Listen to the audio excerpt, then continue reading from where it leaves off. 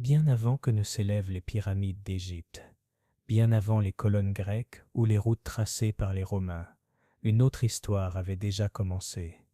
La toute première grande civilisation de l'humanité vit le jour dans une terre généreuse, bordée de deux fleuves. Les anciens Grecs l'appelleraient plus tard Mésopotamie, ce qui signifie entre les fleuves.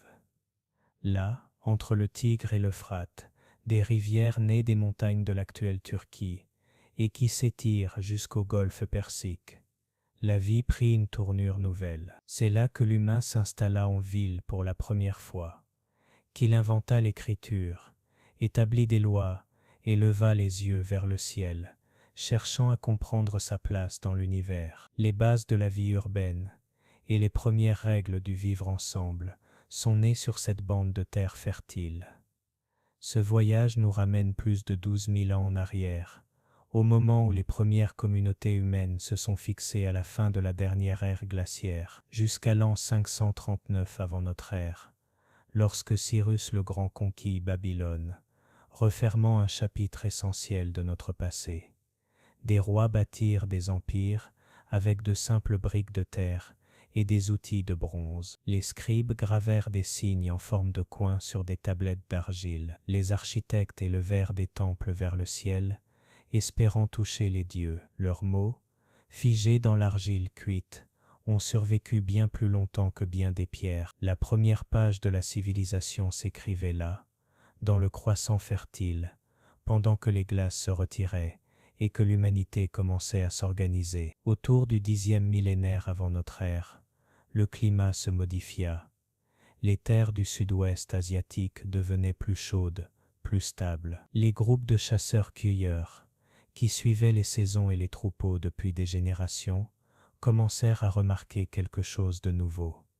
Le blé sauvage et l'orge poussaient en abondance dans certaines zones. Alors, certains groupes décidèrent de rester plus longtemps au même endroit.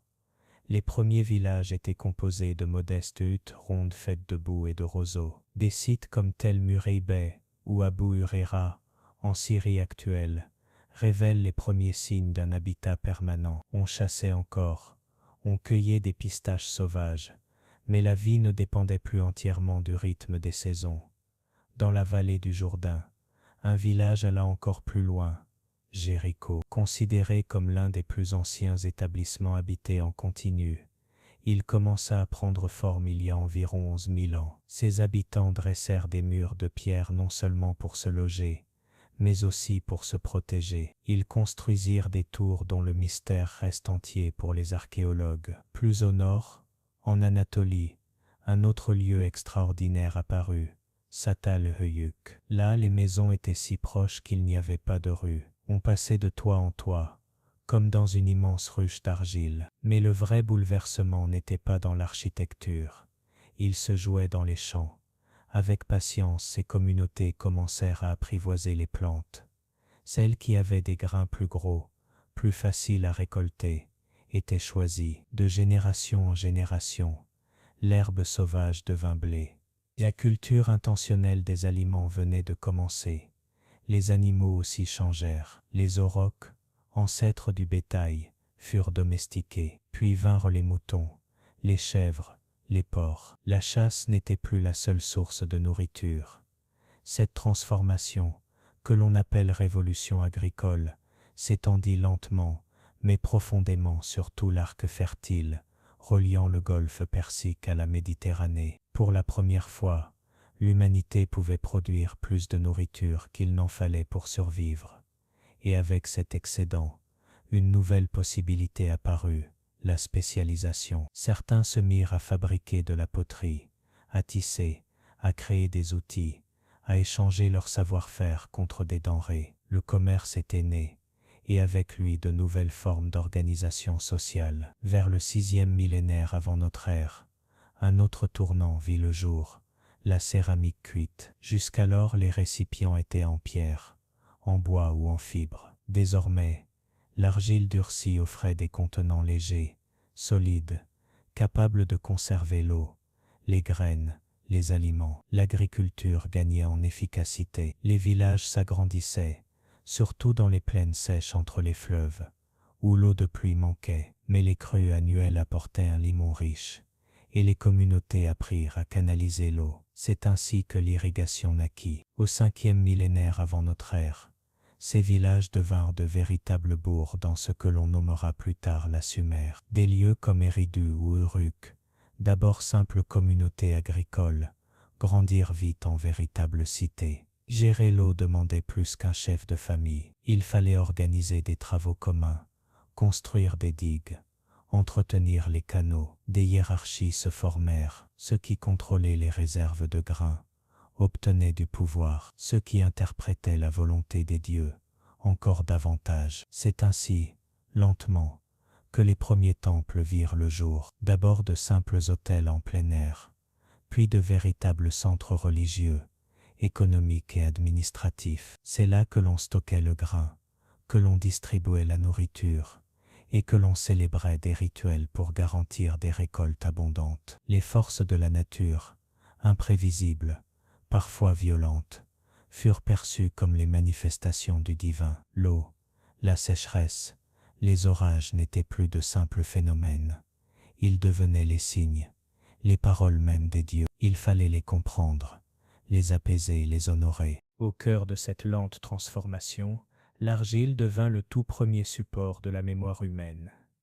Pas de papier, pas d'encre, mais des mains habiles laissèrent des marques dans des tablettes humides. Au début, il ne s'agissait que de petits objets d'argile, modelés pour représenter des quantités, une boule pour une brebis, un cône pour une jarre de céréales.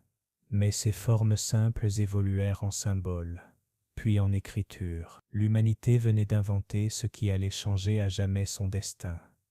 L'écriture. Les tout premiers mots de l'histoire n'étaient ni des prières ni des poèmes, mais des contes, des inventaires, des listes de biens, des mouvements de grains, des animaux échangés, de la céramique livrée. C'était la comptabilité du temple qui exigeait cette nouvelle langue, et avec elle, l'histoire écrite avait commencé. De ces pictogrammes naquit peu à peu un système plus abstrait, l'écriture cunéiforme nommée ainsi pour les petites encoches en forme de clous, imprimées dans l'argile à l'aide d'un calame taillé. Ce système ne servait plus seulement à enregistrer, mais aussi à transmettre des idées complexes, à partager du savoir, à préserver des mythes. Avec le temps, les tablettes contenaient des hymnes aux dieux, des traités médicaux, des catalogues d'étoiles, des recettes, des prières, des récits, des lois, et ainsi, dans le silence des plaines inondées,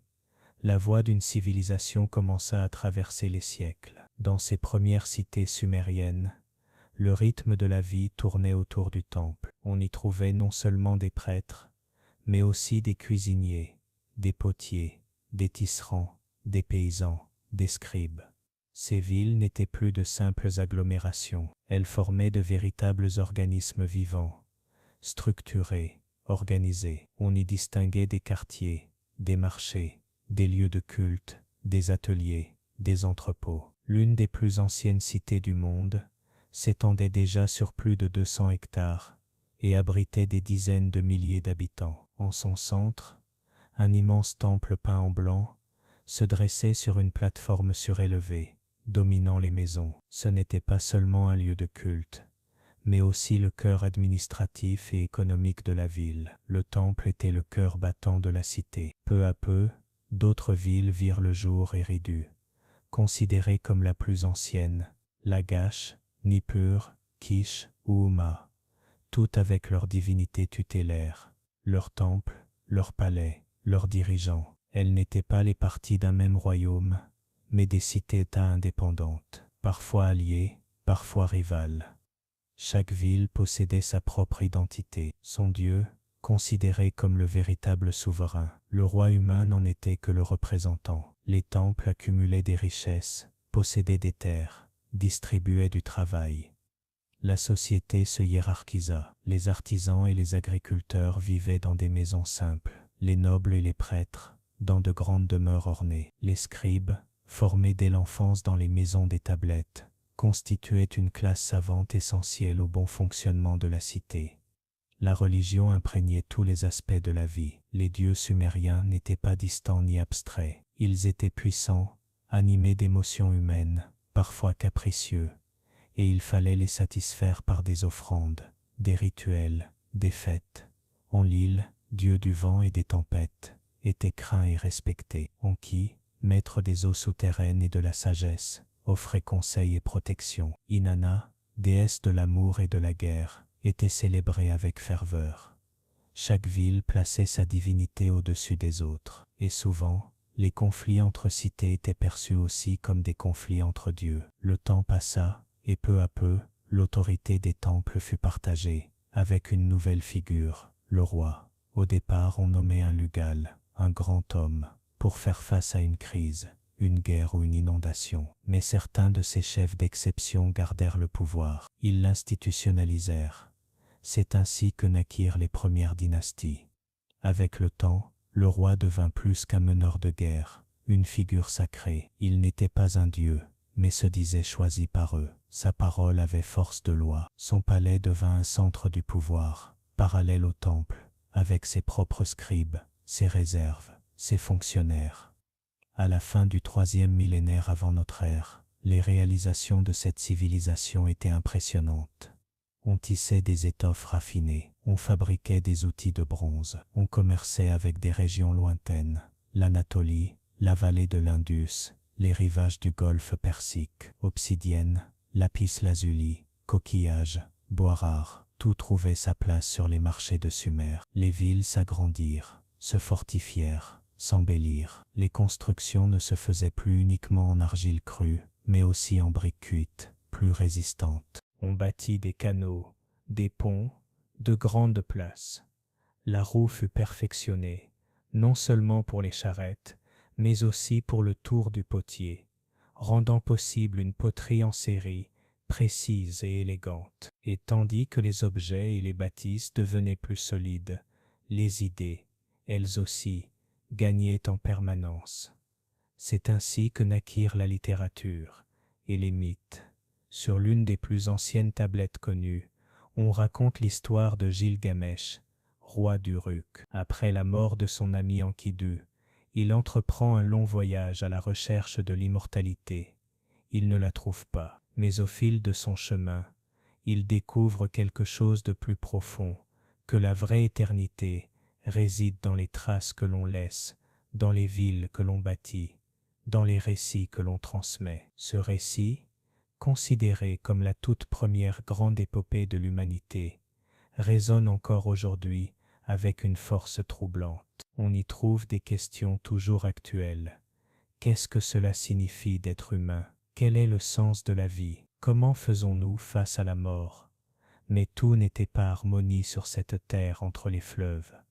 Avec la croissance des cités, vinrent aussi les tensions. Les villes rivalisaient pour les ressources, l'eau, les terres agricoles, les routes commerciales. Les conflits étaient fréquents. Souvent, ils finissaient par éclater en guerre. On levait des armées, on pillait des temples, on ravageait des récoltes. La prospérité côtoyait la violence. Et puis, au milieu de ce paysage fragmenté, une figure émergea, prête à bouleverser le cours de l'histoire.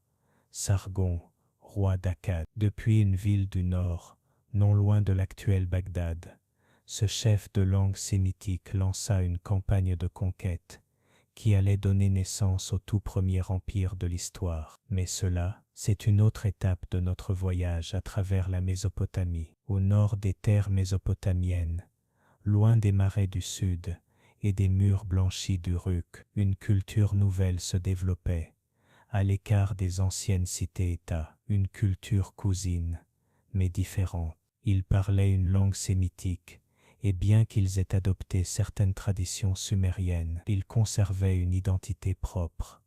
Dans ce paysage fertile de collines et de vallées, près de l'actuel Bagdad, une ville prit peu à peu de l'importance akkad. C'est de là que surgirait l'une des figures les plus marquantes de l'Antiquité. Sargon, son nom signifie « le roi légitime ». D'après les inscriptions qu'il fit graver lui-même, il était fils de jardinière et grandit en exerçant des tâches modestes. Une version postérieure, teinté de légendes, raconte qu'il fut placé dans une corbeille et confié aux eaux d'un fleuve, sauvé miraculeusement, à l'image d'autres héros nés dans diverses civilisations. Mais au-delà du mythe, on sait que Sargon devint échanson du roi de Kish, l'une des grandes cités du Nord, et c'est depuis ce poste qu'il réussit, dans des circonstances encore obscures, à s'emparer du pouvoir.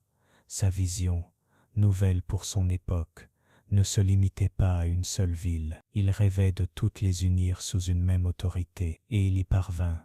À partir de l'an 2334 avant notre ère, il lança une série de conquêtes qui le mena à vaincre Lugalzaj-Si, roi d'Uruk, qui lui-même tentait d'unifier la Sumer. La victoire de Sargon ne fut pas seulement militaire, ce fut un changement de paradigme. Pour la première fois, un seul homme régnait sur des dizaines de cités, du golfe Persique à la Méditerranée. Pour gouverner cet ensemble immense, Sargon mit en place un réseau de gouverneurs, souvent issus de sa propre famille. Il fit de l'akkadien la langue officielle de l'Empire, unifia les poids et mesures pour faciliter le commerce et la collecte d'impôts. Ce ne fut pas seulement la force qui assura son pouvoir, mais l'organisation. Il créa une armée permanente, nourrie à sa propre table selon les récits anciens. Cette armée lui permit de réprimer les révoltes, d'étendre son influence, mais aussi de diffuser idées,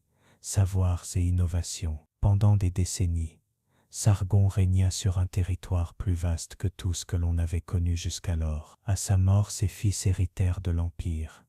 Ils durent affronter les tensions d'un pouvoir immense et diversifié. Langue, dieux, traditions. Parmi eux, son petit-fils, Naram-Sin, parvint à rétablir l'autorité impériale et à mener l'Empire à son apogée. Naram-Sin franchit un pas de plus dans la sacralisation du pouvoir. Il ne se contenta pas de se dire choisi par les dieux, il se fit représenter comme un dieu lui-même. Les inscriptions portaient le signe divin, les stèles le montraient plus grand que les autres, coiffé d'une couronne à cornes, symbole réservé aux divinités. Cette divinisation du roi révélait autant l'ambition de l'Empire que la nécessité de maintenir l'ordre dans une mosaïque si vaste. Mais cette grandeur portait en elle les graines de la chute. Gouverner un territoire aussi immense, avec les moyens de transport et de communication de l'époque, relevait de l'exploit. Les révoltes se multiplièrent, les peuples soumis résistaient à l'autorité centrale, les tensions internes s'aggravaient, et à l'est, une menace prenait forme.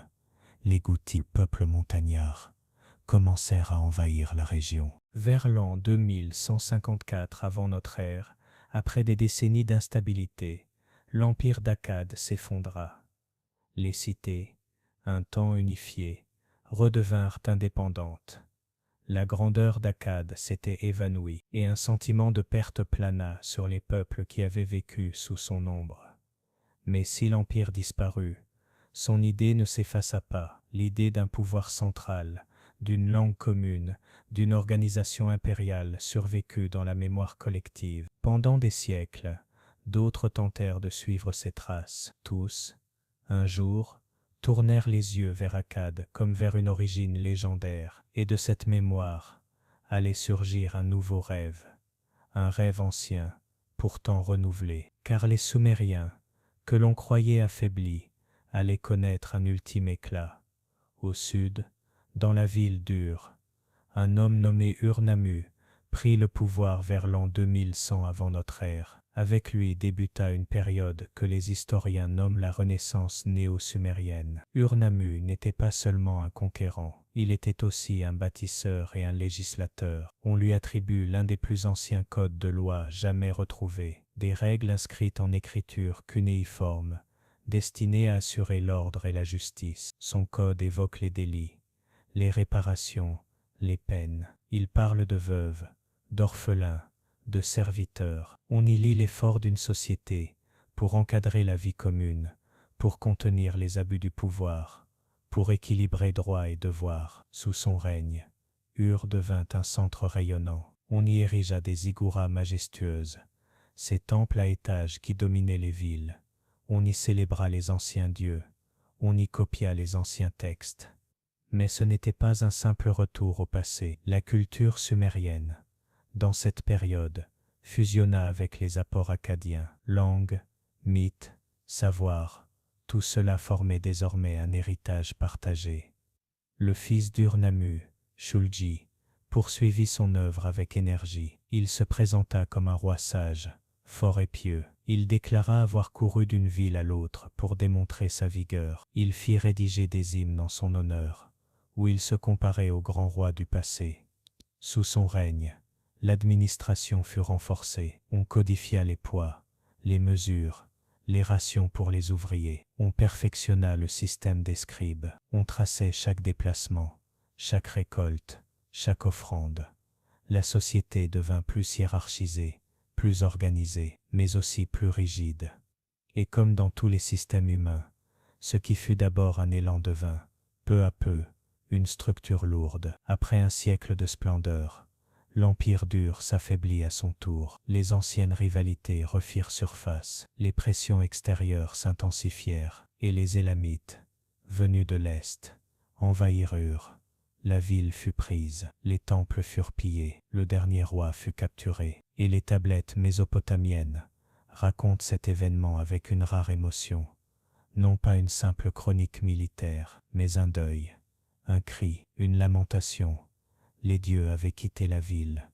Le peuple pleurait dans les rues. Les scribes inscrivaient sur l'argile non plus les lois, mais les chants de douleur.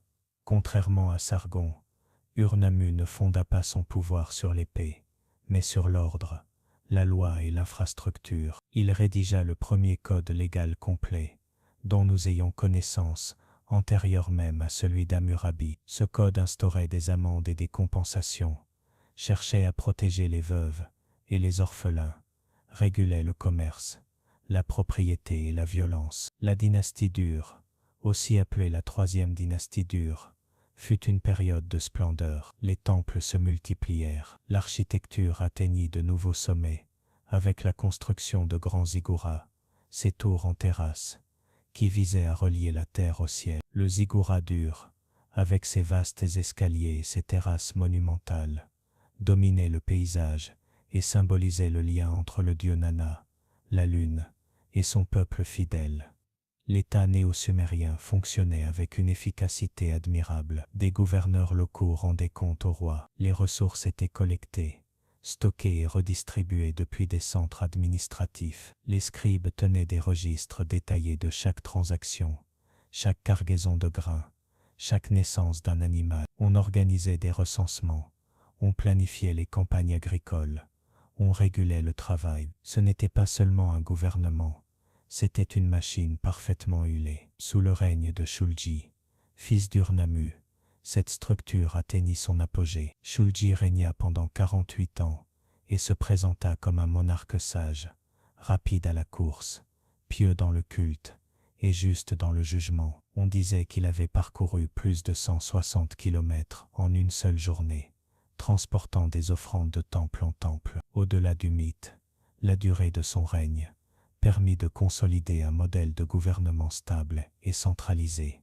Et pourtant, comme souvent dans l'histoire mésopotamienne, les succès internes ne purent protéger l'État des pressions extérieures. La frontière orientale, là où commençaient les monts Zagros, ne fut jamais totalement pacifiée. Des groupes nomades et semi-nomades, attirés par la richesse des cités, commencèrent à s'infiltrer, à s'installer dans les zones périphériques, à contester l'autorité du centre. Parallèlement, les systèmes d'irrigation, qui avaient soutenu l'agriculture pendant des siècles, commencèrent à montrer des signes d'épuisement. La salinité des sols augmentait à chaque cycle d'arrosage, réduisant leur fertilité. Le climat semblait devenir plus imprévisible, et dans cet environnement tendu, les gouverneurs des provinces les plus éloignées commencèrent à agir avec plus d'autonomie, jusqu'à ce que certains cessent de reconnaître le pouvoir central. Finalement, aux alentours de l'an 2004 avant notre ère, la cité Dure fut conquise par des peuples venus de l'actuel sud-ouest de l'Iran. Ils pillèrent ses temples, capturèrent son roi, marquant la fin d'une époque brillante. Les tablettes d'argile retrouvées racontent la douleur avec une voix sereine, mais déchirante, la ville profanée, ses habitants dispersés, les dieux sans autel, le fleuve couvert de corps. Et pourtant, la culture qu'ils avaient bâtie ne se perdit pas. Leur langue, leur littérature, leurs lois et leur art demeurèrent vivants, adoptés par de nouvelles cités, adaptés par de nouveaux peuples. Car en Mésopotamie, chaque chute fut une graine d'un nouveau départ.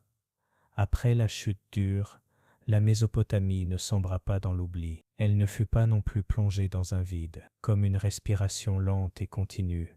À chaque expiration du pouvoir succédait une nouvelle inspiration d'énergie politique et culturelle. La terre fertile, entre les fleuves, ne pouvait rester endormie trop longtemps. Peu à peu, de nouvelles forces émergèrent, de nouveaux protagonistes se levèrent.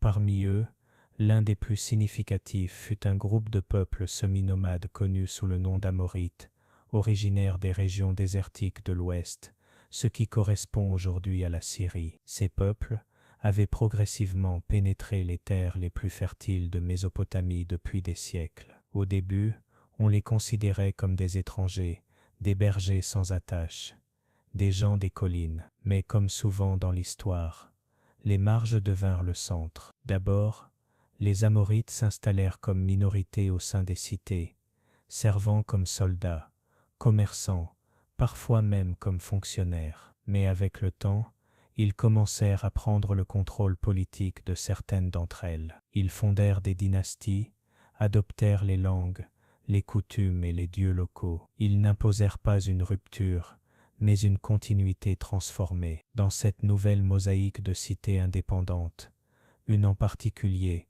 passa d'un point presque insignifiant sur la carte à devenir le cœur d'un nouveau monde, Babylone située au centre de la vallée, sur l'Euphrate. Babylone n'était au départ qu'une ville modeste, mais tout changea en l'an 1792 avant notre ère, lorsqu'un nouveau roi monta sur le trône. Son nom était Hammurabi. Sous son règne, qui dura plus de 40 ans, Babylone cessa d'être une cité secondaire pour devenir le cœur battant d'une nouvelle ère mésopotamienne. Hammurabi n'était pas seulement un guerrier, il était stratège, administrateur, réformateur et visionnaire. Durant les premières années de son règne, il consolida le pouvoir interne de la ville, fortifia ses murailles, agrandit ses canaux, restaura ses temples et renforça les alliances avec les cités voisines. Il ne se précipita pas dans ses conquêtes.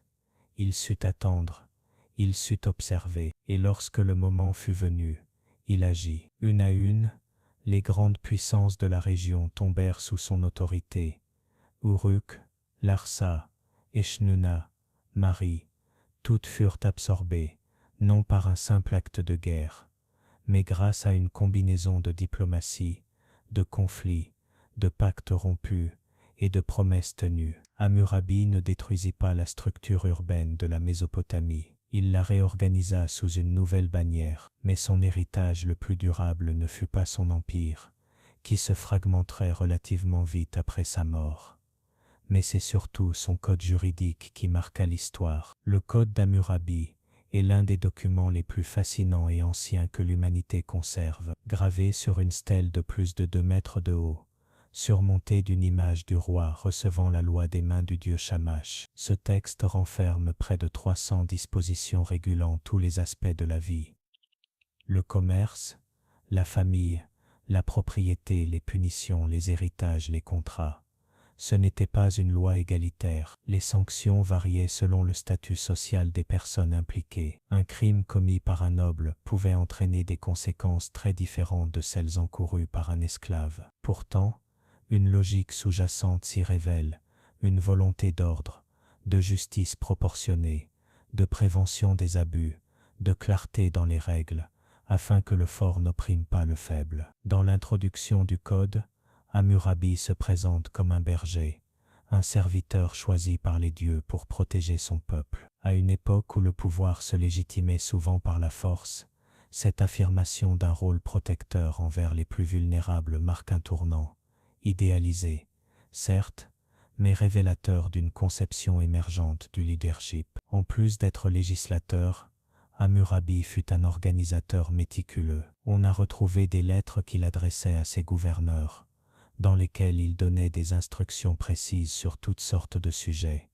la distribution des rations, le comportement des juges, l'administration des temples. Il ne déléguait pas à l'aveugle, il s'impliquait, exigeait des rapports, punissait la corruption. Son gouvernement ne fut pas simplement un exercice de pouvoir, mais une véritable leçon de gestion bureaucratique. Sur le plan religieux, Hammurabi éleva la divinité locale de Babylone, Marduk, au sommet du panthéon mésopotamien. Pendant des siècles, des dieux comme Enlil ou Anu avaient occupé les plus hautes sphères de la hiérarchie divine. Hammurabi bouleversa cet ordre. Dans ses textes, Marduk devient le roi des dieux, le créateur de l'univers, le défenseur de l'ordre. Il ne s'agissait pas seulement d'unifier des villes, mais aussi des croyances, des traditions, des rituels. Une fois encore, la religion devenait un outil puissant de cohésion politique. Sous son règne, Babylone connut une période de prospérité. Ses rues s'animèrent de commerçants,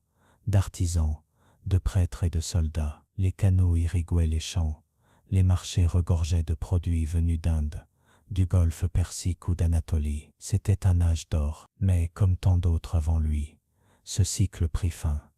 À la mort d'Hammurabi, vers 1750 avant notre ère, ses successeurs ne parvinrent pas à maintenir l'équilibre qu'il avait établi. Des révoltes éclatèrent, de nouvelles puissances commencèrent à contester l'autorité de Babylone, et peu à peu, le contrôle territorial s'effrita. Pourtant, la cité elle-même, son symbole, son idée s'étaient profondément enracinés dans l'imaginaire mésopotamien. Pendant des siècles, même lorsque le pouvoir réel de Babylone déclinait, son nom continuait d'inspirer le respect. Son statut de centre culturel, spirituel et symbolique demeurait. Plus qu'un royaume, c'était un mythe qui était né. Après l'éclatement de l'empire d'Hammurabi, Babylone entra dans une longue période d'instabilité. Le pouvoir central s'affaiblit, les cités s'éloignèrent les unes des autres, et de nouveaux ennemis commencèrent à rôder aux frontières du monde mésopotamien. Ce ne fut pas une chute brutale, mais un languissement,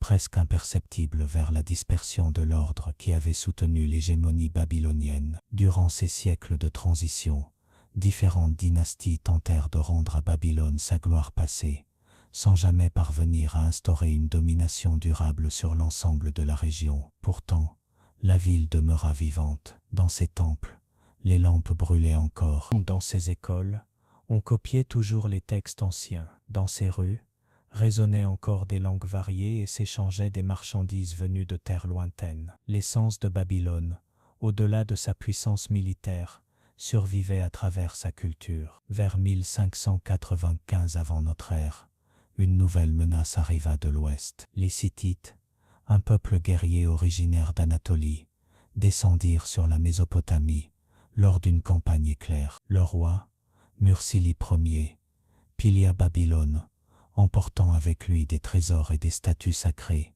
y compris, selon certains récits, l'idole de Marduk. Ce fut une blessure profonde, plus symbolique que stratégique, mais qui marqua la fin de la dynastie amorite. Après leur retrait, un autre groupe entra en scène, les Kassites. On sait peu de choses sur leurs origines exactes. Certains les relient aux montagnes du Zagros, d'autres à des régions encore plus à l'est. Ce qui est sûr, c'est que dans le vide de pouvoir laissé par les Hittites, les Kassites parvinrent à s'installer à Babylone et à établir une nouvelle dynastie qui allait durer près de 4 siècles. Leur arrivée ne fut pas brutale, mais progressive. Une fois installés, ils s'intégrèrent remarquablement à la tradition mésopotamienne.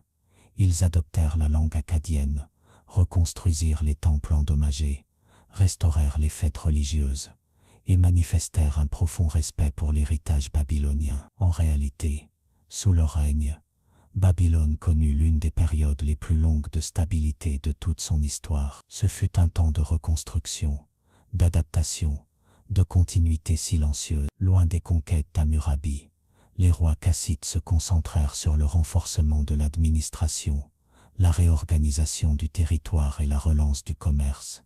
Babylone refleurit comme centre économique et culturel. Ce ne fut pas une renaissance spectaculaire, mais discrète, profonde, soutenue. La culture atteignit un niveau de raffinement remarquable. Les écoles de scribes, appelés égales, prospérèrent. Là, des générations de jeunes apprenaient à lire et à écrire en cunéiforme, non seulement en akkadien, mais aussi en sumérien, langue qui, bien que n'étant plus parlée, restait celle du savoir et des rituels. Les étudiants recopiaient d'anciens mythes, des listes de rois, des traités médicaux et des textes juridiques, conservant ainsi une mémoire historique d'une valeur inestimable. L'astronomie connut également un essor remarquable.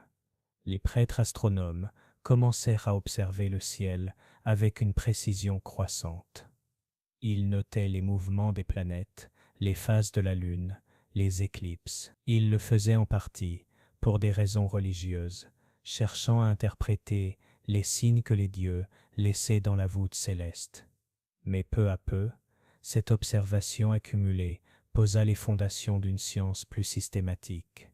Les Kassites encouragèrent également l'art. À cette époque, les sceaux cylindriques, de petits cylindres gravés servant à imprimer des images sur l'argile, atteignirent un niveau de détail extraordinaire.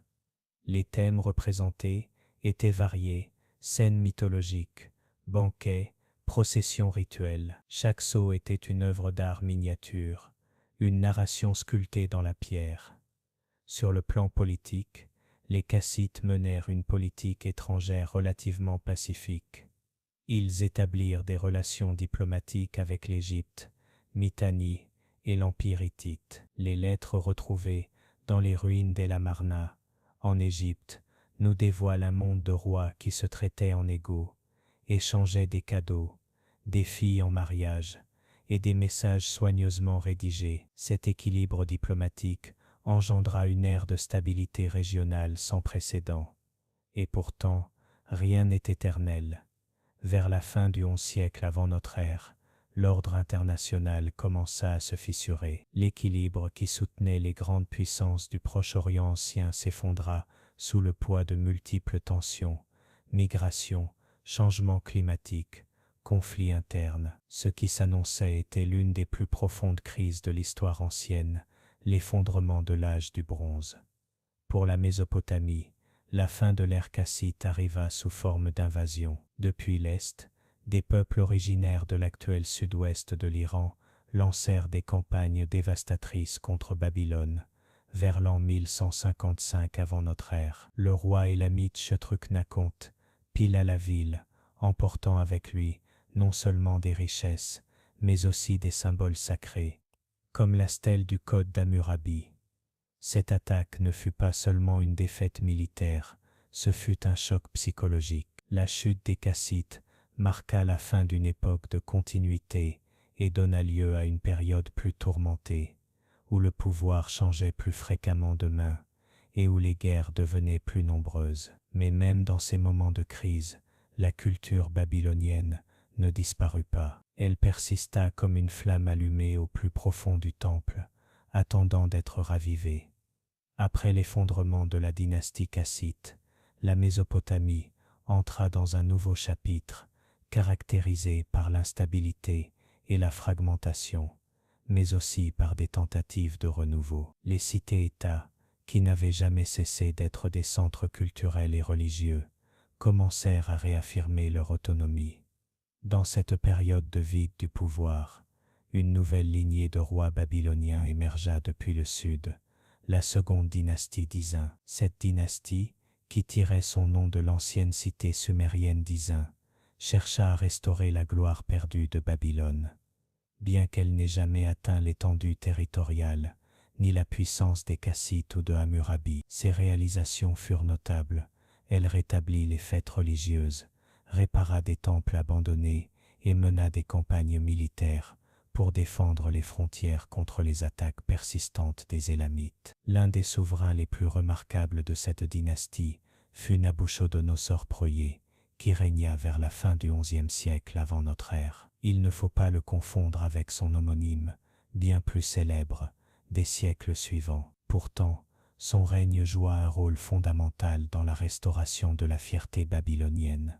Sous son commandement, une offensive fut lancée contre l'Élam, qui se solda par une victoire mémorable. Les armées babyloniennes récupérèrent la stèle de Marduk, la statue du dieu emportée comme butin par les envahisseurs. Cet événement fut célébré avec ferveur dans toute la Babylonie. Le retour de Marduk ne représentait pas seulement un triomphe militaire, mais aussi une restauration symbolique de l'ordre cosmique. Le dieu retrouvait son temple, et avec lui, l'équilibre entre le divin et l'humain. Des festivités furent organisées, des hymnes composés, et la liturgie, qui liait le destin de la cité à la volonté des dieux, retrouva sa vigueur.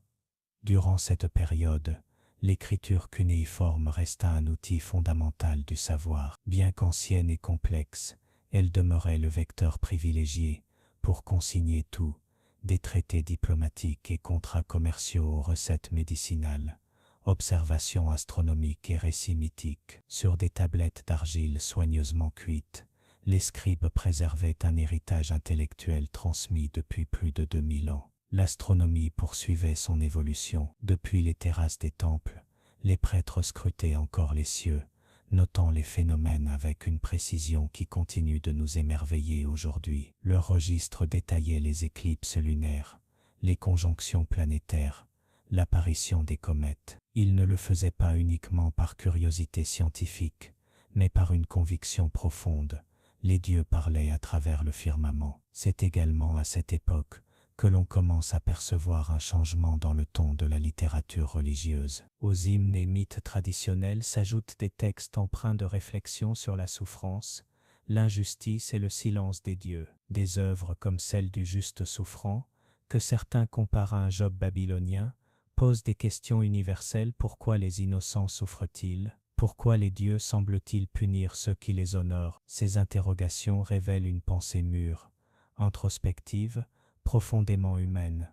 Pendant ce temps, au nord de la Mésopotamie, une nouvelle puissance commençait à émerger. Les Assyriens, longtemps un peuple commerçant centré autour de la ville d'Assur, commençaient à nourrir des ambitions impériales. Profitant de la faiblesse de Babylone et de ses voisins, les rois assyriens étendirent peu à peu leur emprise, d'abord sur les terres hautes environnantes, puis jusque dans le cœur même du sud mésopotamien. La transformation de la Syrie, d'une cité marchande en un empire militaire, fut rapide, délibérée et implacable. Des rois, comme Adad-Nirari et Salmanasar, lancèrent des campagnes qui ne visaient pas seulement le tribut ou le contrôle des routes commerciales, mais l'incorporation directe de territoires à un système centralisé, efficace et souvent brutal. Ainsi émergeait un nouvel acteur, qui dans les décennies à venir allait bouleverser à jamais l'équilibre des forces dans l'ancien Proche-Orient. Et pourtant, au cœur de cette tension croissante, Babylone ne disparut pas. Blessée, mais fière, elle demeurait un centre spirituel, culturel et symbolique. Ses temples gardaient vivante la mémoire des dieux millénaires. Ses scribes copiaient et recopiaient les textes sacrés. Son peuple regardait le passé avec révérence, et l'avenir avec une espérance silencieuse. Le monde mésopotamien changeait. De nouveaux empires prenaient forme. De nouvelles menaces se dessinaient à l'horizon. Mais sur les rives de l'Euphrate, à l'ombre des vieux zigurats, battait encore une promesse ancienne, celle que le savoir, la foi et la mémoire pouvaient survivre même à la fureur du temps. L'ascension de l'empire assyrien ne fut pas simplement l'émergence d'une nouvelle puissance militaire, elle représenta une reconfiguration totale du paysage politique de la Mésopotamie et de ses régions voisines. Les Assyriens ne se contentaient pas de conquérir, ils redessinaient. Partout où ils allaient, ils instauraient une administration rigoureuse,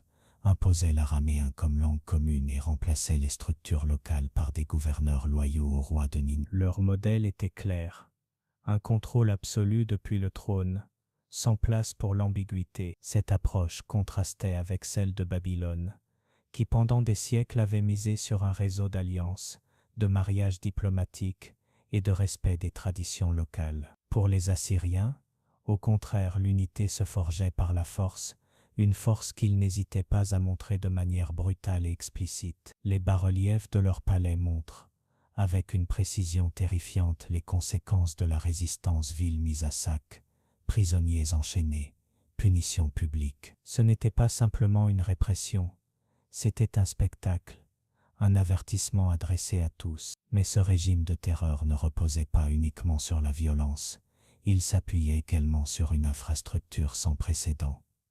Les Assyriens mirent en place l'un des réseaux administratifs les plus efficaces de l'Antiquité. Des confins de l'Empire jusqu'à la capitale, circulaient rapports, messages et ordres grâce à un système de relais, de chevaux frais et de routes protégées. En quelques jours à peine, une décision royale pouvait être appliquée à des centaines de kilomètres de distance. Pendant ce temps, dans les temples de Babylone, les prêtres poursuivaient les anciens rituels, le calendrier sacré, les fêtes saisonnières, les chants aux dieux. Tout se déroulait comme si rien n'avait changé. Car, en un sens, le temps pour les Babyloniens était cyclique. Les empires pouvaient s'élever ou s'effondrer, mais les astres continuaient leur course. Marduk présidait toujours au destin du monde, et Babylone, bien que soumise, se considérait encore comme le centre spirituel de l'univers. Les tensions entre l'Assyrie et Babylone, bien que fréquentes, n'étaient pas toujours ouvertes. Souvent, les rois assyriens faisaient preuve de respect envers les traditions babyloniennes. Certains allaient jusqu'à se faire couronner roi de Babylone sous un autre nom, adoptant les rituels et cérémonies propres au trône du Sud. Cette dualité révèle une vérité inconfortable pour les conquérants.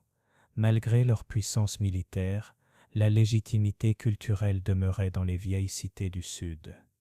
Et pourtant, les braises de la rébellion ne s'éteignaient jamais tout à fait. Babylone, fière et indocile, mena plusieurs soulèvements durant la domination assyrienne. Certains furent rapidement étouffés. D'autres, comme celui dirigé par un prêtre nommé Marduk-apla-iddina, parvinrent à menacer la capitale même de l'Empire. Ces épisodes révélaient une fissure profonde. Un empire peut contrôler les corps, mais il ne conquiert pas toujours les âmes. À cette époque, la production culturelle connut un nouvel élan. Les anciens textes sumériens et akkadiens n'étaient pas seulement recopiés, on les réinterprétait, les commentait, les adaptait au présent. Des écoles de scribes maintenaient la tradition vivante, enseignant aux nouvelles générations les signes cunéiformes complexes, les formules juridiques, les incantations magiques, les traités médicaux. La ville, bien que soumise, demeurait un foyer intellectuel vibrant. L'astronomie en particulier atteignit de nouveaux sommets. Les astronomes babyloniens enregistraient avec une précision étonnante les mouvements des planètes, établissaient des cycles, prédisaient les éclipses. Tout cela restait inscrit dans une vision religieuse du monde, mais commençait peu à peu à prendre une teinte plus empirique, presque scientifique. Ces données seraient, des siècles plus tard, reprises par les astronomes grecs et arabes, une chaîne de savoir traversant les millénaires.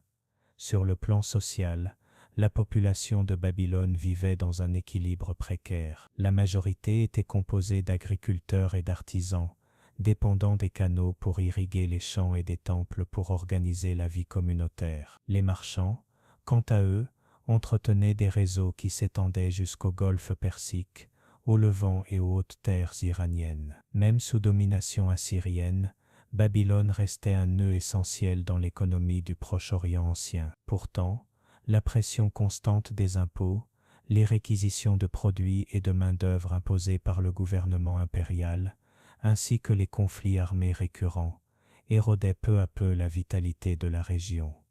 Au fil des siècles, la tension accumulée devint insoutenable. Le prestige de Babylone n'avait pas disparu, mais ses jours comme centre indépendant de pouvoir étaient comptés. Et pendant ce temps, au sommet des terrasses étagées des ziggourats, les prêtres continuaient d'observer le ciel. Ils attendaient des signes, scrutaient les astres à la recherche d'une promesse de changement, car en Mésopotamie, même dans les heures les plus sombres, ne disparaissait jamais la conviction que le destin pouvait basculer, que les dieux, dans leur justice mystérieuse, redonneraient un jour à Babylone sa place parmi les étoiles.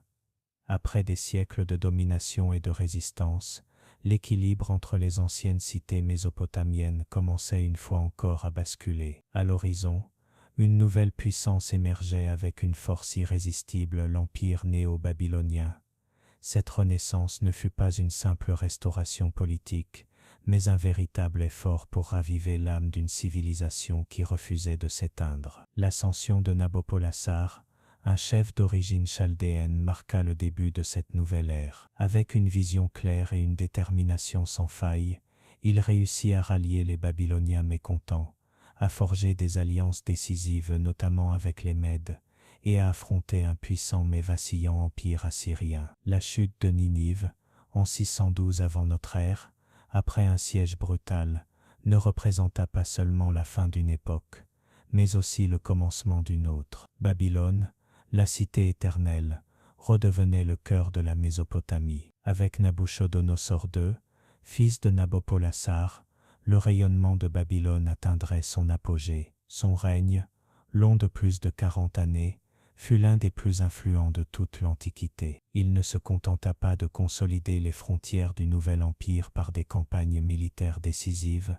il transforma également la ville en un symbole presque mythique de puissance, de beauté et de sagesse. Les murailles entourant Babylone sous son règne étaient si colossales que les chroniques affirmaient que plusieurs chars pouvaient y circuler côte à côte sans se toucher. Ces fortifications, en plus de protéger la ville, étaient une véritable déclaration de grandeur. À l'intérieur, de larges avenues parfaitement tracées reliaient temples, palais, jardins et quartiers où vivaient marchands, scribes, artisans, prêtres et nobles. Le temple de Marduk, dieu tutélaire de la ville, fut agrandi et embelli jusqu'à devenir un véritable centre religieux, politique et astronomique. En son sein se trouvaient non seulement des statues sacrées, mais aussi des tablettes d'argile renfermant des siècles de savoir, hymnes, rituels, traités scientifiques et observations célestes. À Babylone, science et spiritualité n'étaient pas des concepts opposés, mais des aspects complémentaires d'une même quête, comprendre l'ordre de l'univers. Parmi les constructions les plus légendaires de cette époque se trouvait le ziggurat d'Etemananki, une immense tour à degrés que certains croient avoir inspiré le récit biblique de la tour de Babel. Ce monument n'était pas seulement une merveille architecturale, mais aussi un symbole d'élévation spirituelle. Chaque niveau rapprochait le visiteur du ciel, des dieux, du mystère. Et bien que son existence concrète fasse encore débat, la renommée des jardins suspendus, également attribuée à Nabuchodonosor, a nourri pendant des siècles l'imaginaire des voyageurs, des historiens et des poètes. On disait qu'ils avaient été construits pour une épouse d'origine mède nostalgique des paysages verdoyants de sa terre natale. Des terrasses couvertes de végétation, des arbres exotiques, des cascades et un ingénieux système d'irrigation faisaient de ce jardin un oasis suspendu dans les airs. Réel ou mythique, ces jardins évoquent à eux seuls la capacité des Mésopotamiens à lier ingénierie, sensibilité et pouvoir dans une œuvre unique. Au-delà de l'architecture et de la religion, l'empire néo-babylonien était aussi un centre économique vibrant. Les archives de l'époque révèlent un système commercial complexe, avec prêts, contrats, impôts et associations. Les routes terrestres et fluviales reliaient Babylone à l'Anatolie, à la Perse, à l'Arabie, à l'Égypte et à la Méditerranée, en faisant un nœud central d'échange de biens et de savoirs. Et au cœur de tout cela, la culture continuait de s'épanouir. Les écoles de scribes enseignaient l'art de la cunéiforme, une tâche exigeante nécessitant des années de discipline, mais qui ouvrait les portes à une vie de prestige et de responsabilité. Les textes littéraires étaient copiés et recopiés, adaptés au temps nouveau, conservant la mémoire des anciens rois, des dieux, des épopées, des mythes et des lois. Cette renaissance fut aussi une tentative, consciente ou non, de résister à l'oubli. Dans une région si souvent conquise, ravagée et reconstruite, le peuple babylonien semblait comprendre que le véritable pouvoir ne réside pas seulement dans les armes ou la richesse, mais dans la capacité à maintenir vivante son identité. À travers leurs temples, leurs écrits, leurs observatoires et leurs fêtes religieuses, ils tissaient un pont entre un passé glorieux et un présent agité. Mais comme dans tous les cycles de l'histoire mésopotamienne, cette splendeur n'était pas destinée à durer éternellement. Même si Babylone vivait l'un de ses moments les plus brillants, à l'est, les Perses commençaient à s'étendre sous la direction d'un homme qui allait bouleverser à jamais le destin de la région, Cyrus le Grand. Et ainsi, tandis que les temples résonnaient encore des chants dédiés à Marduk et que les étoiles continuaient d'être observées depuis les hautes terrasses, une nouvelle transformation s'annonçait. Une fois de plus, les destins des dieux, des hommes et des rois allaient se croiser dans l'immense plaine entre les fleuves, Alors que l'empire néo-babylonien entrait dans ses dernières décennies, la stabilité qui l'avait caractérisé commençait à se fissurer de l'intérieur. La mort de Nabuchodonosor II laissa un vide difficile à combler. Son fils Amel-Marduk, connu également sous le nom d'Egil-Merodach dans certaines sources, ne possédait ni le charisme ni les talents administratifs de son père. Son règne bref suffit à exposer la fragilité d'une structure trop centralisée autour d'un seul grand roi. Le pouvoir fut rapidement disputé. Les années suivantes virent défiler une succession de souverains dont l'ascension fut marquée davantage par des intrigues de palais que par de réels mérites. Parmi eux se distingue Nabonide, une figure énigmatique qui a fasciné autant les historiens que les théologiens. Son règne est l'un des plus commentés, non pour ses exploits militaires ou architecturaux, mais pour son comportement politique et religieux inhabituel. Nabonide rompit avec des traditions profondément enracinées en promouvant le culte du dieu lunaire Sin, au détriment du tout-puissant Marduk, patron de Babylone. Ce geste fut perçu par beaucoup comme une hérésie, un déséquilibre cosmique, car le bien-être de l'Empire était intimement lié à la faveur divine. L'exclusion de Marduk des rituels majeurs, en particulier du festival essentiel de l'Akitu, fut considérée non seulement comme une offense aux dieux, mais comme une menace à la continuité de l'ordre universel. Plus déconcertant encore fut son absence prolongée du trône. Pendant près d'une décennie, Nabonide se retira dans la cité-oasis de Taïma, au nord de l'Arabie. Les raisons de cette décision demeurent débattues. Motifs religieux, maladie, tensions internes. Quoi qu'il en soit, son retrait laissa son jeune fils Belshazzar comme régent à Babylone, une situation anormale qui accentua encore davantage l'instabilité du royaume. Pendant ce temps, dans les hautes terres d'Iran, une nouvelle puissance grandissait avec rapidité et détermination. Cyrus Ier, connu sous le nom de Cyrus le Grand, menait un processus d'unification des peuples perses et Mède qui allait faire de lui l'un des conquérants les plus marquants de l'histoire.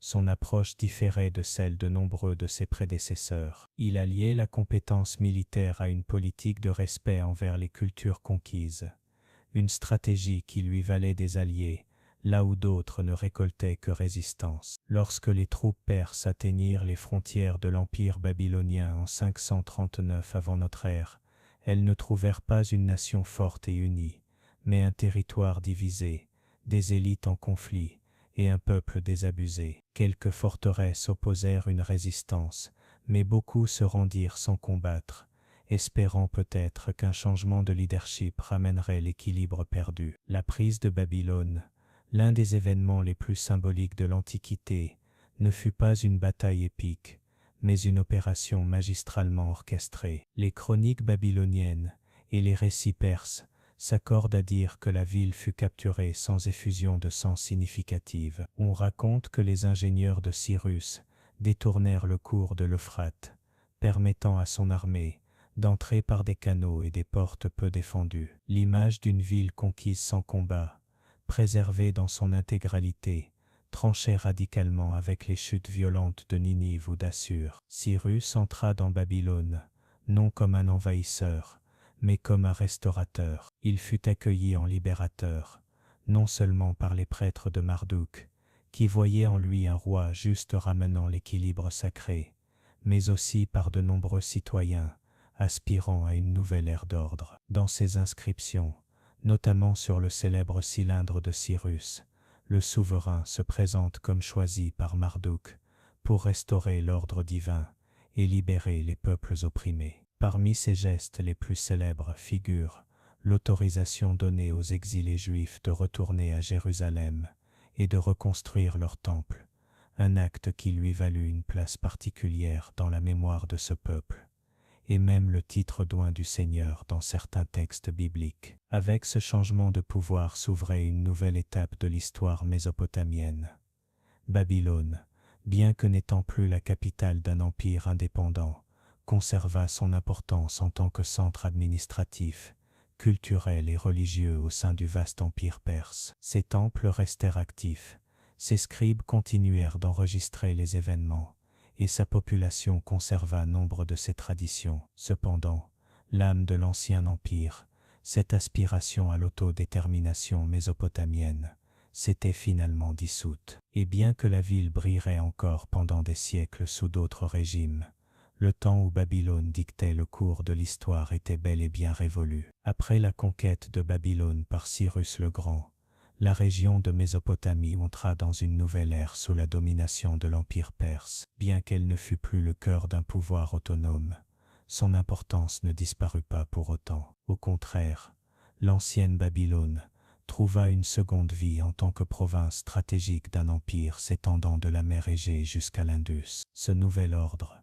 ne cherchait pas à supprimer les cultures locales, mais à les intégrer dans une structure souple et efficace. Les Perses, en particulier les rois de la dynastie achéménide, surent retirer parti des talents des peuples conquis en Mésopotamie. Cela signifiait intégrer les sages babyloniens dans les rouages du gouvernement, compter sur leur expertise en administration, astronomie, ingénierie hydraulique et organisation agricole. Babylone resta un centre économique majeur, sa terre fertile une source constante de production agricole, et sa position stratégique favorisait le commerce avec des régions aussi lointaines que l'Égypte, l'Anatolie ou le sous-continent indien. Sur le plan religieux, les Achéménides adoptèrent une politique de respect et de continuité. Les temples mésopotamiens demeurèrent actifs, et les prêtres continuèrent leurs rituels. Les fêtes traditionnelles, comme l'Akitu, furent à nouveau célébrées avec le soutien impérial,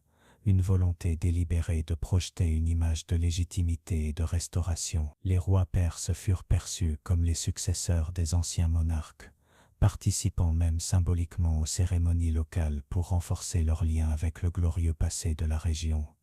Mais le temps, lui, ne s'arrête jamais. Peu à peu, sous un vernis de continuité, des changements subtils commencèrent à s'enraciner. La langue administrative évolua progressivement de l'akkadien et du sumérien vers l'araméen, une langue sémitique plus accessible et plus largement parlée. L'écriture cunéiforme, qui avait dominé la région pendant plus de 3 millénaires, entama son lent mais inévitable déclin, se retrouvant de plus en plus confinée au contexte religieux et savant, jusqu'à disparaître complètement. Lorsque Alexandre le Grand vainquit le dernier roi perse, Darius III, en 330 états avant notre ère, il entra triomphalement dans Babylone. Selon les chroniqueurs, il y fut accueilli avec enthousiasme par les habitants, qui espéraient voir leur cité renaître une fois encore. Alexandre manifesta un intérêt sincère pour l'héritage babylonien. Il visita les temples, consulta les prêtres, ordonna la restauration de monuments et projeta même de faire de la ville la capitale de son immense empire oriental. Mais ces projets furent brusquement interrompus. En 323 avant notre ère, dans le même palais de Nabuchodonosor, le jeune conquérant mourut subitement. Il n'avait que 32 ans. Sa mort laissa un vide de pouvoir qui déclencha un conflit complexe entre ses généraux, les Diadoques. Le contrôle de la Mésopotamie échut à l'un d'eux, Séleucos Ier, fondateur de l'Empire séleucide. Avec lui s'ouvrit une toute nouvelle phase dans l'histoire de la région, la période hellénistique. À la différence des Perses, les Grecs regardèrent Babylone avec un mélange de fascination et de supériorité. S'ils respectaient son ancienneté, ils promurent activement une hellénisation culturelle et politique. Ils fondèrent de nouvelles cités au plan urbain grec, rues en quadrillage, agora, théâtre, gymnase. La plus emblématique fut celle-ci du Tigre, située à environ 90 km au nord de Babylone. Elle attira rapidement commerçants, fonctionnaires et artisans, déplaçant ainsi le centre de gravité économique et administratif. Babylone, l'ancienne reine de l'Euphrate, entra alors dans un lent mais irréversible déclin. Elle ne disparut pourtant pas d'un seul coup. Ses temples restèrent ouverts, ses scribes continuèrent à copier les textes, et son influence, bien que diminuée, ne s'éteignit pas du jour au lendemain. Durant cette période de fusion culturelle, des phénomènes étonnants virent le jour. Des prêtres babyloniens rédigèrent des chroniques historiques en grec afin d'expliquer leur monde aux nouveaux souverains. Des divinités grecques furent assimilées aux dieux mésopotamiens, Zeus à Marduk, Apollon à Nabu, Artémis à Ishtar. Même les savoirs astronomiques babyloniens commencèrent à influencer les théories cosmologiques grecques, donnant naissance à un dialogue inédit entre l'Orient et l'Occident. Cependant, le support matériel de cette tradition, l'écriture cunéiforme, continuait à décliner au fil des générations. De moins en moins de personnes savaient lire les anciens signes gravés dans l'argile. Ce savoir ancestral se retrouva confiné à des cercles toujours plus restreints, jusqu'à ce qu'environ au 1er siècle de notre ère, l'écriture disparaisse entièrement de l'usage quotidien. Avec elle s'éteignit la voix directe d'une civilisation qui, pendant des millénaires, avait consigné son histoire, ses lois, ses prières et sa poésie sur des tablettes d'argile. Mais le monde continuait de tourner. Après les Séleucides vinrent les Parthes, puis les Sassanides, et plus tard les musulmans. Chaque civilisation apporta sa propre vision, sa langue, sa religion.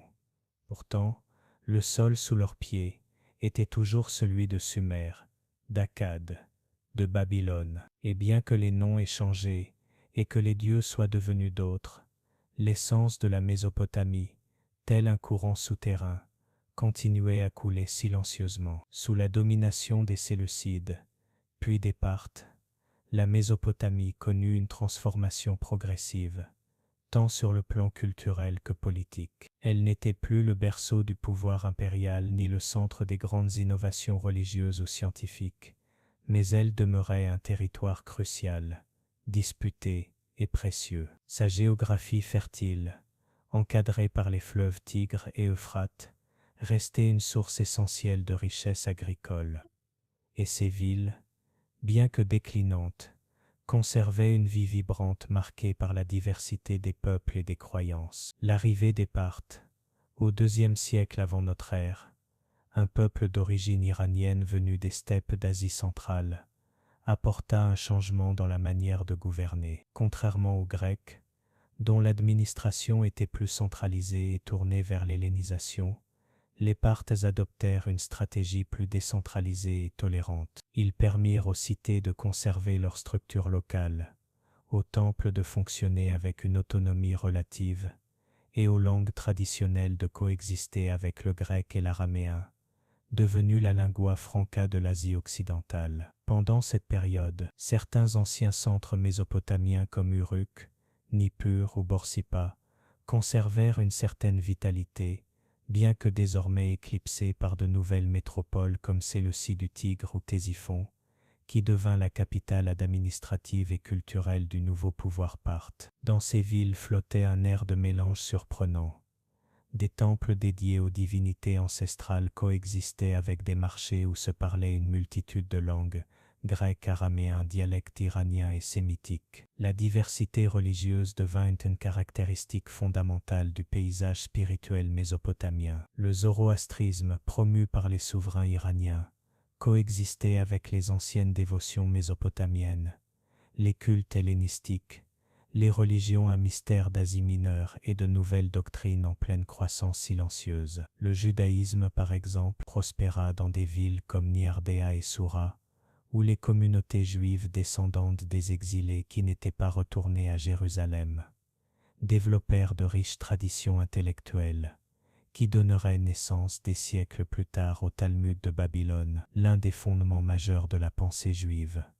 C'est également à cette époque que commencèrent à émerger d'autres courants spirituels, comme le manichéisme, une religion dualiste née au cœur de ce carrefour culturel, prônant une lutte éternelle entre la lumière et les ténèbres. En parallèle, le christianisme oriental, notamment dans sa branche nestorienne, prit racine en Mésopotamie, y fondant églises, écoles théologiques et réseaux d'influence qui s'étendraient jusqu'en Inde et en Chine. Ce mosaïque religieux et culturel n'avait pas de précédent et conférait à la région une richesse spirituelle profonde, mais aussi fragile. L'écriture cunéiforme, symbole de l'ancienne Mésopotamie, avait alors pratiquement disparu. La dernière tablette datée avec précision remonte à l'an 75 après Jésus-Christ. À partir de là, les textes religieux, scientifiques et administratifs furent rédigés en araméen ou en grec. Bien que les anciens temples fonctionnaient encore, leur pouvoir et leur prestige s'étaient nettement affaiblis. La mémoire vivante de Sumé, d'Akkad, de Babylone s'estompait, emportant avec elle le lien direct avec ce passé glorieux. Mais la terre restait fertile, les canaux continuaient à irriguer les champs, et la sagesse accumulée au fil des siècles influençait toujours les formes d'organisation, les systèmes comptables, les rituels, et même la manière d'observer le ciel. L'astronomie mésopotamienne, devenue entre-temps une science mathématique, fut l'une des rares traditions à survivre bien au-delà de la chute de ces civilisations originelles. Beaucoup des principes utilisés plus tard par les astronomes grecs,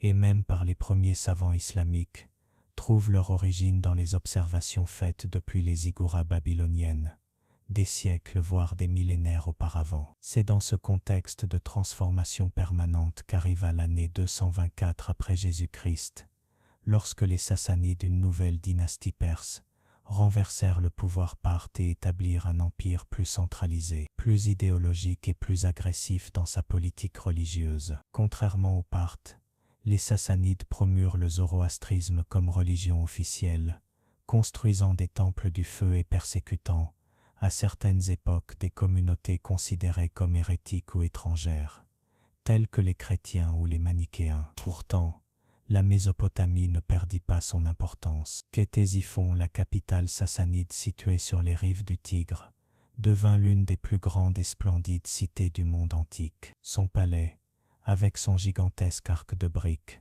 le Tak Kasra, impressionnait autant par sa taille que par son ingéniosité architecturale. Cette ville, pleine de jardins, de bazars et de bibliothèques, concentrait non seulement le pouvoir administratif de l'Empire, mais aussi une vie intellectuelle et artistique remarquable. À la périphérie de cette splendeur, pourtant, les derniers vestiges du monde mésopotamien ancien s'effaçaient peu à peu. Les prêtres des anciens temples étaient devenus des figures marginales, leurs pratiques de plus en plus archaïques, leur savoir transmis dans un cercle toujours plus réduit et isolé. À chaque génération, une part du passé se perdait irrémédiablement. Et pourtant, comme un écho persistant, l'héritage de la Mésopotamie restait présent dans les canaux qui irriguaient les terres, dans les tracés des villes, dans la manière de mesurer le temps, dans les étoiles observées depuis le sommet d'une tour. Même si plus personne n'écrivait en cunéiforme, même si les noms d'Enlil ou d'Attar n'étaient plus invoqués,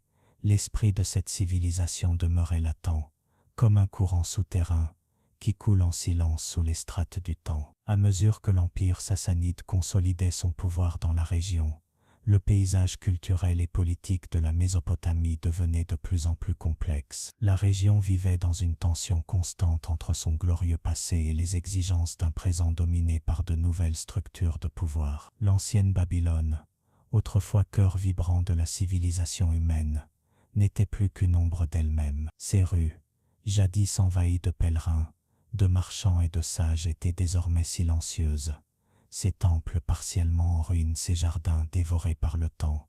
Mais tout n'était pas déclin.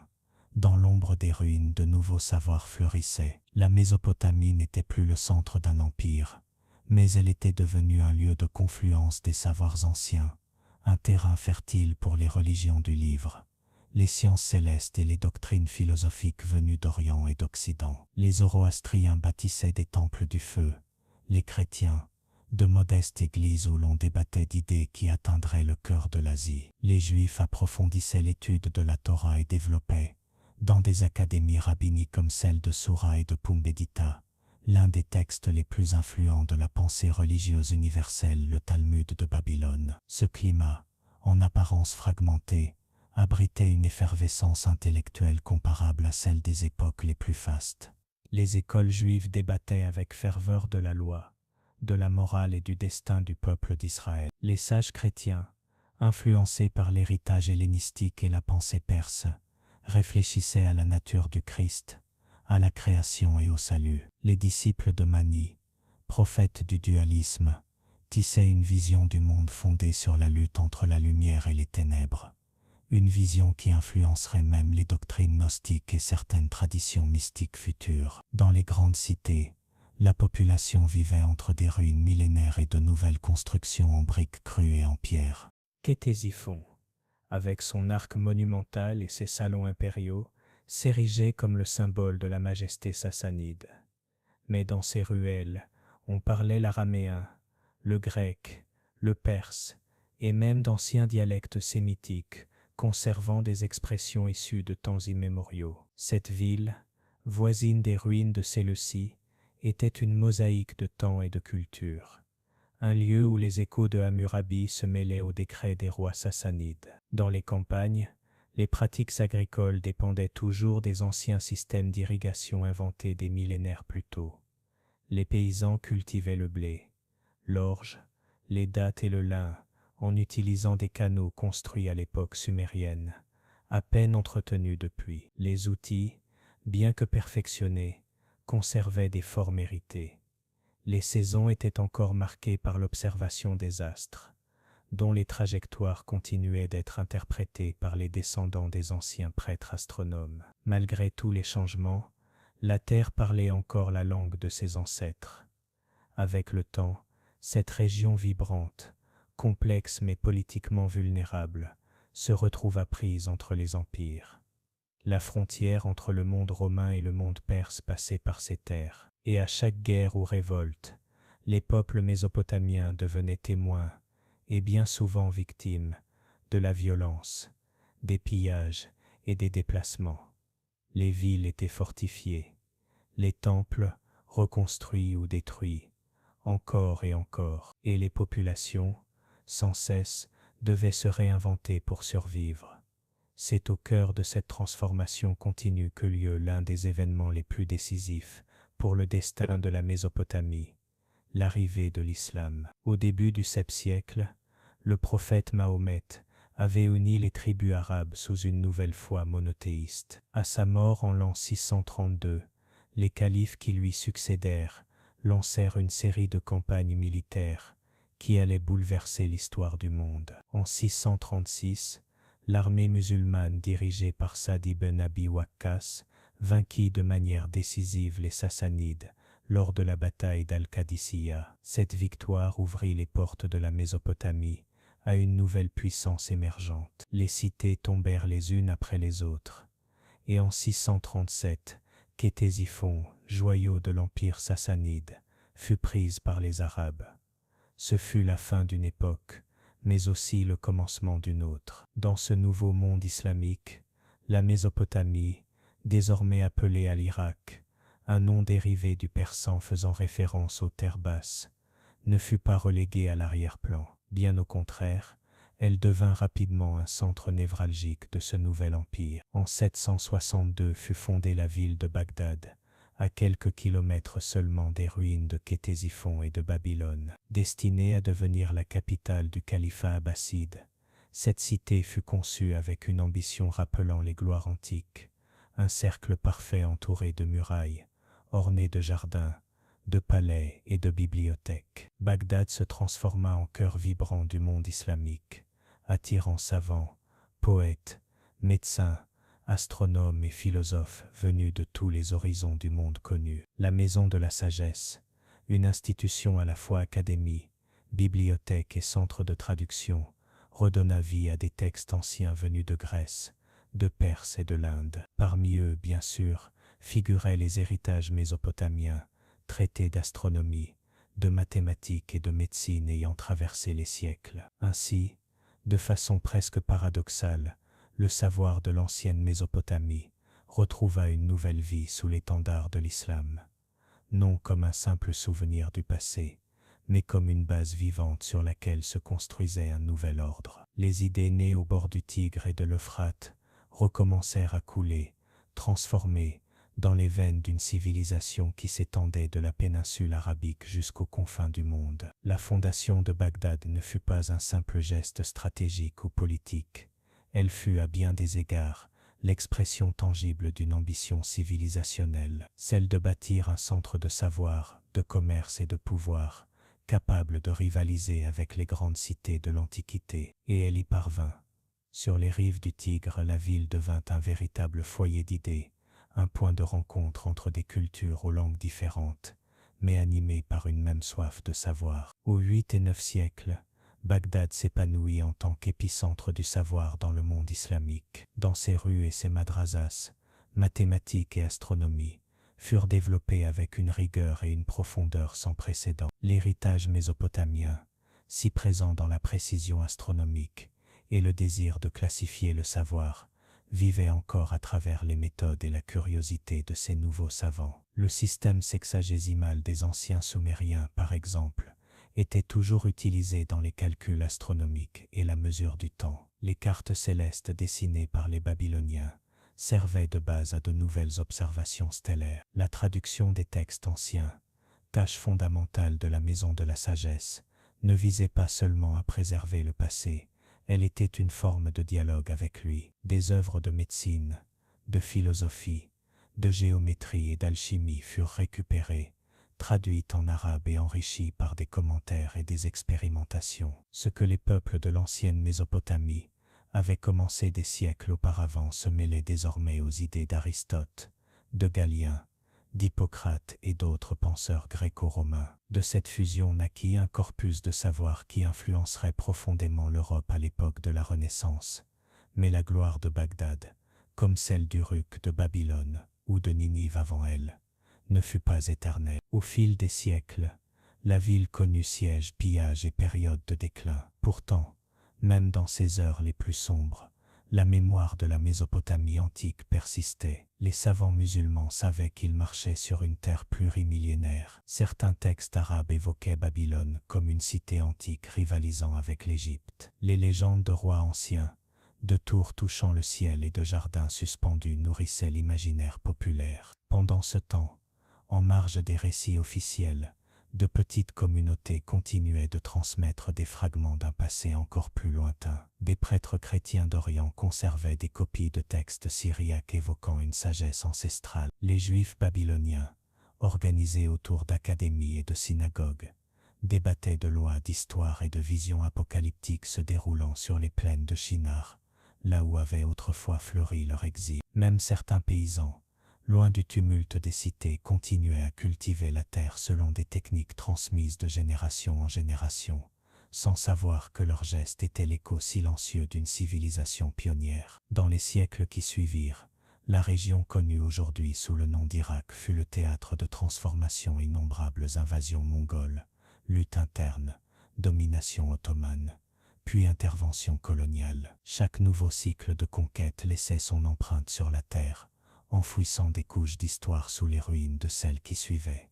Mais la Mésopotamie, dans son essence, ne disparut jamais complètement. Sous la surface dormaient des tablettes d'argile, les murs des temples, les sculptures érodées par le temps, attendant d'être redécouvertes. Et cette redécouverte eut lieu à partir du XIXe siècle. Des archéologues européens commencèrent à fouiller les anciens tels, ces collines artificielles qui se dressaient sur les plaines irakiennes. Armés de pelles, de pinceaux et d'une grande curiosité, ils mirent au jour un monde oublié. À Ur, à Kish, à Lagash, à Babylone, sous chaque strate de terre et de débris, émergeait une histoire à la fois nouvelle et très ancienne. Les tablettes cunéiformes se comptaient par milliers, et avec elles, les voix des anciens Mésopotamiens racontaient commerce, rituels, litiges, chants aux dieux, hymnes, recettes médicales et observations astronomiques. Ce processus de récupération fut lent et complexe. Il fallut non seulement traduire des signes,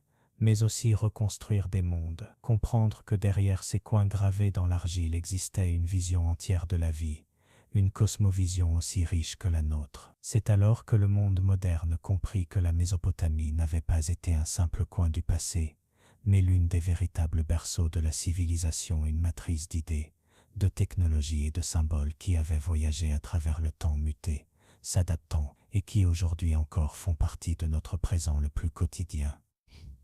La redécouverte de la Mésopotamie en temps moderne transforma non seulement le domaine de l'archéologie, mais aussi les fondements même de l'histoire occidentale. Jusqu'alors, de nombreux récits sur l'origine de la civilisation s'étaient concentrés exclusivement sur l'Égypte, la Grèce ou Rome. Pourtant, les fouilles dans les plaines entre le Tigre et l'Euphrate révélèrent quelque chose de révolutionnaire.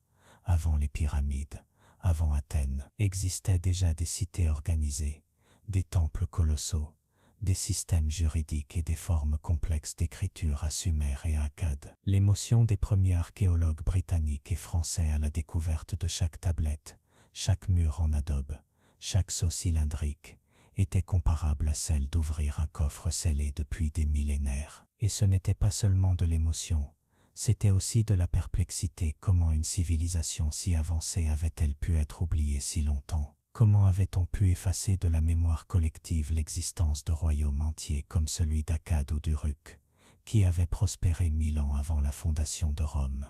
Le déchiffrement de l'écriture cunéiforme fut l'une des grandes épopées intellectuelles du XIXe siècle. Grâce à des comparaisons entre inscriptions en plusieurs langues, notamment celle célèbre de Behistun, les linguistes ouvrirent peu à peu la voie à la compréhension de cette ancienne écriture. Et ce qu'ils découvrirent dans ces textes dépassa toutes les attentes, des épopées comme celle de Gilgamesh, des codes de loi comme celui d'Hammurabi, des traités médicaux, des catalogues d'étoiles, des hymnes religieux, jusqu'à des exercices scolaires écrits par de jeunes apprentis scribes. Chaque tablette était un fragment de mémoire. Certaines étaient brisées, d'autres incomplètes. Beaucoup paraissaient monotones selon les critères modernes, mais toutes contenaient un écho de la pensée humaine la plus ancienne. Il ne s'agissait pas simplement de sauver faits, dates ou noms, mais de retrouver l'expérience humaine dans ses formes les plus originales, de réécouter les voix de ceux qui avaient vécu il y a plus de 5000 ans. Le plus surprenant était que beaucoup de ces voix sonnaient étrangement familières, le désir d'éternité de Gilgamesh, l'angoisse face à la maladie, la soif de justice dans les proverbes sumériens, l'émerveillement devant les étoiles, autant de sentiments universels et reconnaissables. Dans un monde où tant a changé, l'archéologie mésopotamienne nous offrait un miroir pour y voir refléter nos propres questions fondamentales. Parallèlement aux découvertes archéologiques, les musées du monde se remplirent d'artefacts mésopotamiens, les taureaux ailés de Ninive, les statues de Gudea, les tablettes avec cartes célestes ou registres comptables occupèrent bientôt des vitrines à Londres, Paris, Berlin et New York. La fascination pour la Mésopotamie grandit rapidement, tant dans le monde académique que dans l'imaginaire populaire. Babylone devint un symbole de pouvoir et de mystère. Ur, un synonyme d'origine. Gilgamesh, l'archétype du héros tragique en quête de sens. Pourtant, cet intérêt mondial pour la Mésopotamie ne fut pas exempt de controverses. Beaucoup de pièces furent extraites sans le consentement des autorités locales, emportées à l'étranger durant des périodes de domination coloniale. Aujourd'hui, les discussions sur la restitution du patrimoine archéologique mésopotamien sont plus vives que jamais. La question n'est pas seulement légale ou muséale, c'est aussi une interrogation éthique. À qui appartient le passé? Et comment garantir que les peuples dont les racines reposent sous ces terres puissent à leur tour se réapproprier leur histoire? Pendant ce temps, en Irak, l'héritage mésopotamien fait face à de multiples menaces contemporaines. Guerre, pillage et instabilité mettent en danger de nombreux sites archéologiques. Dans certains cas, d'anciens temples furent détruits. Dans d'autres, des tablettes précieuses disparurent dans le marché noir. Mais malgré ces pertes, la mémoire de la Mésopotamie reste vivante, autant dans la communauté scientifique que dans le cœur de ceux qui voient en cette terre non seulement un espace géographique, mais aussi un berceau de l'humanité. Car, au fond, l'histoire de la Mésopotamie n'est pas une histoire morte, c'est un courant qui continue de couler sous la surface. Dans chaque ville moderne bâtie sur ses ruines, dans chaque mot que nous prononçons sans connaître son origine, dans chaque idée sur la loi, l'écriture, le calendrier ou la justice, il y a un fragment de cette civilisation qui bat encore. Dans un monde en perpétuel changement, se souvenir des commencements n'est pas un exercice de nostalgie, mais une manière de renouer avec ce qui fait de nous des humains. L'histoire de la Mésopotamie ne s'est pas achevée par une catastrophe ni par un dernier acte glorieux ou funeste. Elle s'est évanouie comme s'évanouissent les choses qui ont accompli leur destinée, lentement, imperceptiblement, se fondant dans leur environnement, se transformant en autre chose. Une langue a cessé d'être parlée, une écriture a cessé d'être tracée, un temple a cessé d'allumer ses feux, et pourtant rien de tout cela ne fut vraiment une fin. Car ce qui naquit là-bas ne dépendait pas seulement de ses villes, ni de ses rois, ni même de ses dieux. Ce qui naquit là-bas fut une manière de penser le monde, une structure invisible transmise de génération en génération, parfois intacte, parfois déformée, mais toujours vivante. Dans chaque civilisation qui suivit, qui chercha à organiser le temps, à expliquer les cieux, à rédiger des lois ou à écrire de la poésie, se trouvait un fragment de la Mésopotamie, même si personne ne le savait. Les échos de Gilgamesh résonnent encore dans nos mythes modernes. Les formes de la justice babylonienne se reflètent dans nos notions légales. Les tracés qui marquaient jadis l'argile vivent encore, non plus sur des tablettes mais dans les signes avec lesquels nous écrivons aujourd'hui nos histoires. Et comme une rivière qui ne cesse jamais, même si son cours change, l'héritage de cette civilisation coule en silence, non pas comme un empire ni comme un peuple, mais comme un courant souterrain qui nourrit nos racines. Et c'est peut-être là ce qu'il y a de plus proche de l'immortalité qu'une culture puisse atteindre.